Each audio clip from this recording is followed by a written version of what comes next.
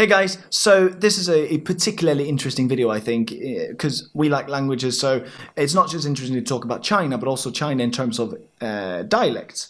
So we're going to break it down into northern and southern accents and see what's the difference here. Exactly. Yeah. Please enjoy that.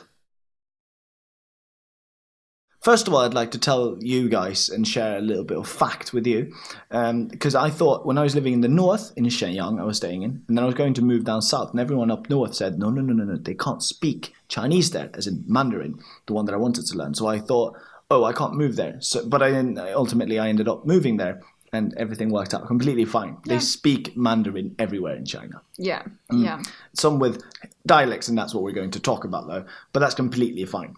So yeah, go wherever you want. If you're in China, you'll be learning Chinese. Don't worry about that. On top of that, I think in the northern part of China, a lot of people, they speak their own dialects too. But their dialects are very similar to Mandarin. It's just like slightly different in terms of pronunciation. Exactly. But you can still understand it.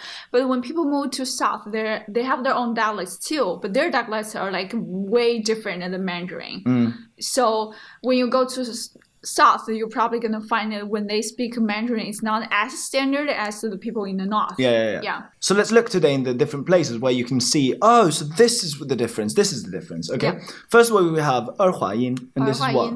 Yeah, it's like people put at almost, but not almost every word where you can. For instance, we have given an example in our video earlier too. Yeah. But it's like 门 means door, but they would put R at the end of 门. Yeah. 门 or 人 as people, and if you add would be 人 人 like and that. Men and mer. Super weird, but that's just how they do it. You can also unofficially call it the pirate accent, the pirate dialect, because it just sounds like everywhere. And not even when there is supposed to be an R, they just sound like It's difficult to pinpoint. We can probably show you a clip here where let's listen to a clip here with a southerner. 人门 And now with a northerner.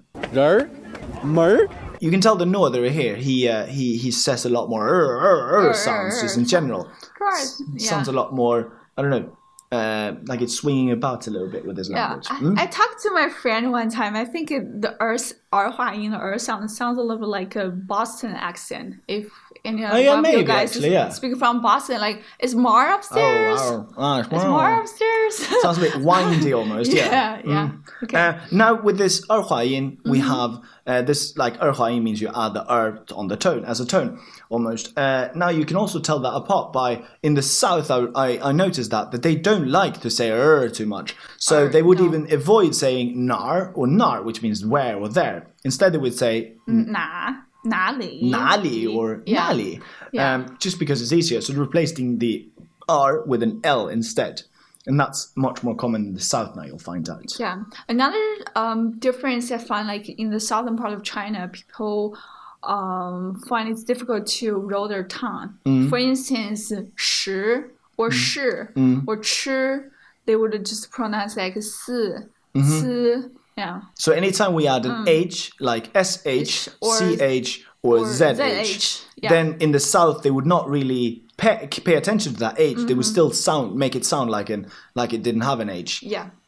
So this is 10, the number 10 in the north, 十, and in the south, 十, and 知 would be 知, and 吃 would be 吃. And so lastly here, a little bit about the pride.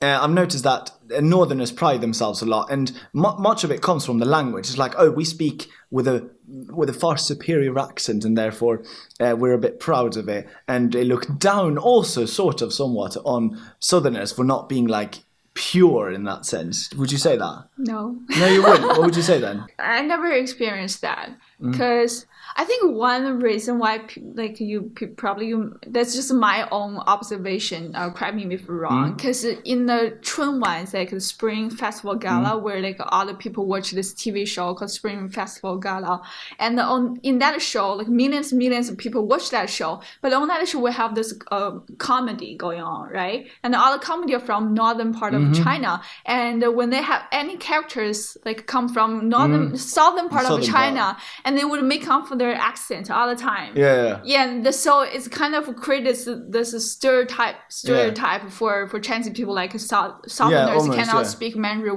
very well. It's like, But now I think all the kids went to go to school and they have proper education in terms of Mandarin. Yeah. So I think it's getting better and better now. Yeah, kids in the South, you can't really tell any difference there at all, I think. But it's only the older people, like with a strong accent, you probably would find difficult to understand them. Yeah. It's almost like the difference between if you know anyone from Birmingham. It's you have to make fun of them every time they talk, even though they're not stupid people who speak in the language or speak in that dialect. But it's just that it sounds funny, so you have to make fun of it inevitably. Same thing with the Southerners in China.